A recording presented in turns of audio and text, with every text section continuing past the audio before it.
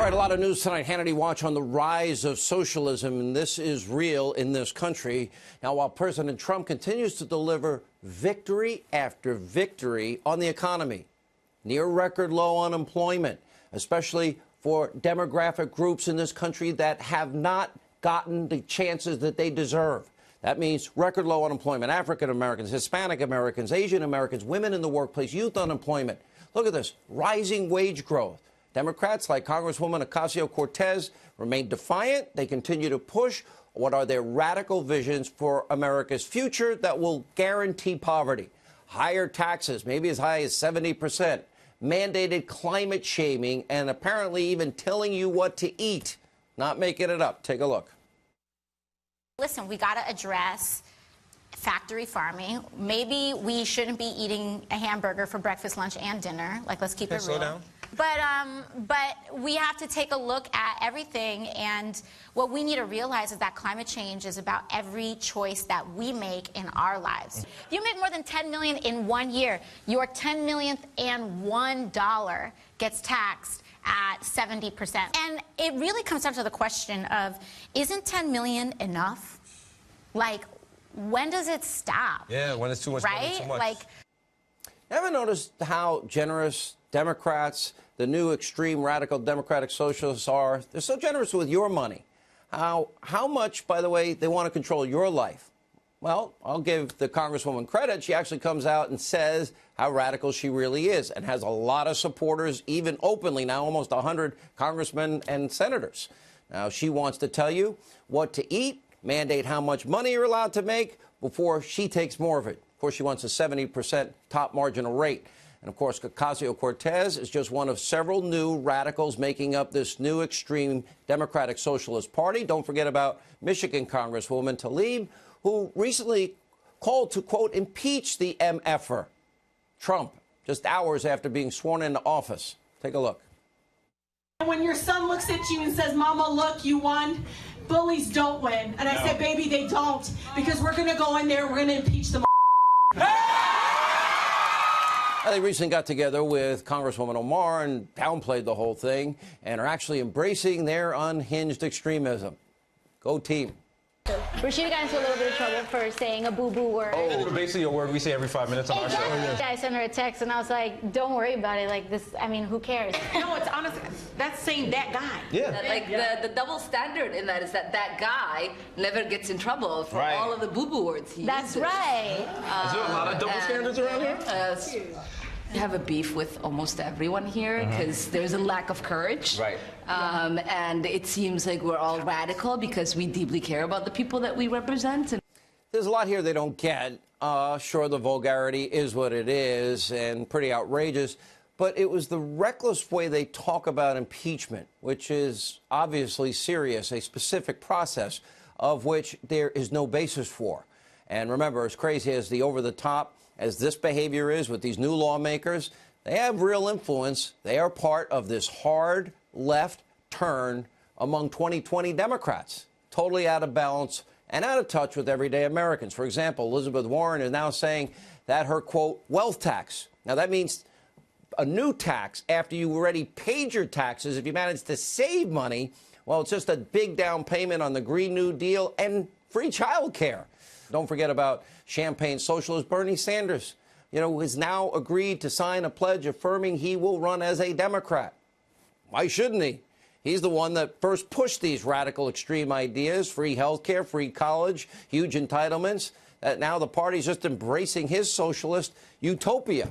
By the way, he might be a moderate compared to some of the other candidates. Look at this video from 1985, where he offers praise for the Castro regime. And let me remind you, Castro was a murdering thug dictator who stole people's land and literally created more poverty than you've ever seen. Take a look.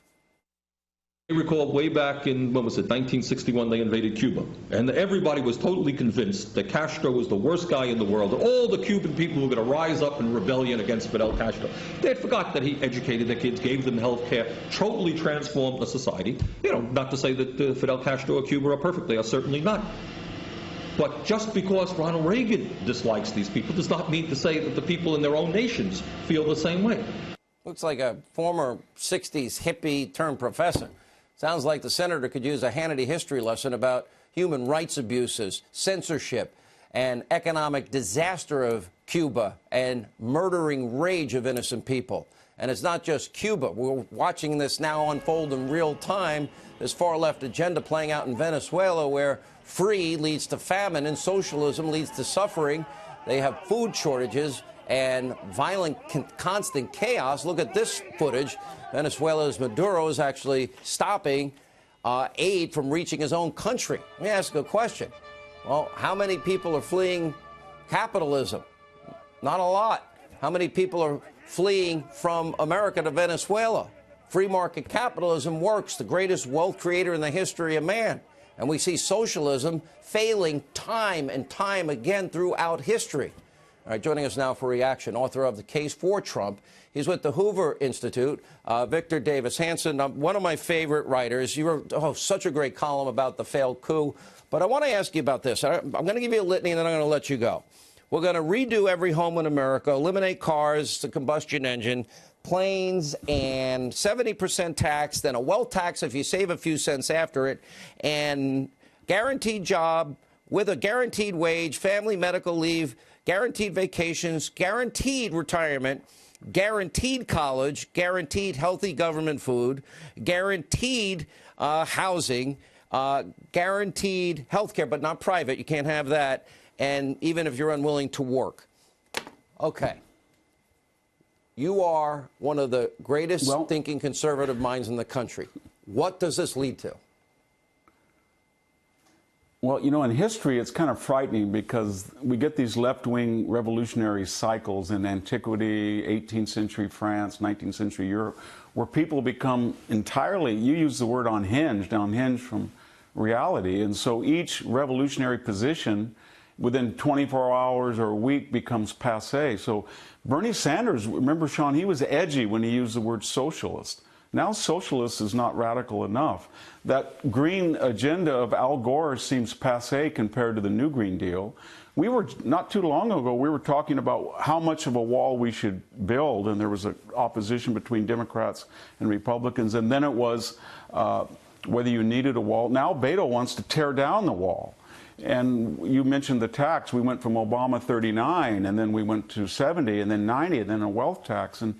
And so no radical position can be radical enough within the next iteration, and that's what this Democratic stampede over the cliff is in now. And the question is why, you know, Sean, what prompted it?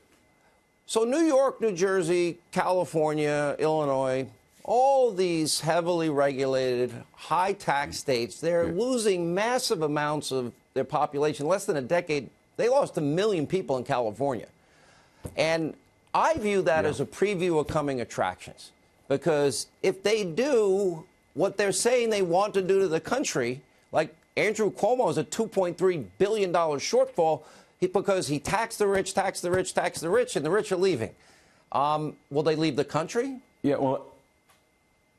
well, what I said, I used that metaphor before, Pied Piper stampeding people over the cliff, because the logical trajectory is oblivion or nihilism. Because finally you get so radical that you're so detached from reality that you can't have reality. And I kind of blame Barack Obama because he put a happy face on, you didn't build that, now is not the time to profit. At some point you made enough money, the 1%. And then after him it became easier and easier. And we have universities that don't teach people anything other than ideology. So most of these young kids couldn't find Venezuela on the map, or they don't know who Lenin is. Finally, Sean, you know, we have 60 million immigrants in this country, and we're not assimilating and integrating them in the melting pot traditions. And they're not Cubans fleeing tyranny in the 60s, and they're not Hungarians fleeing from the 1950s that knew communism. Most of them are coming from impoverished places where their critique was there wasn't enough entitlement, and they come here hoping that there'll be a centralized redistributionist government, and they become fodder for left-wing ideologies. You can read Victor Davis Hanson, NRO.com.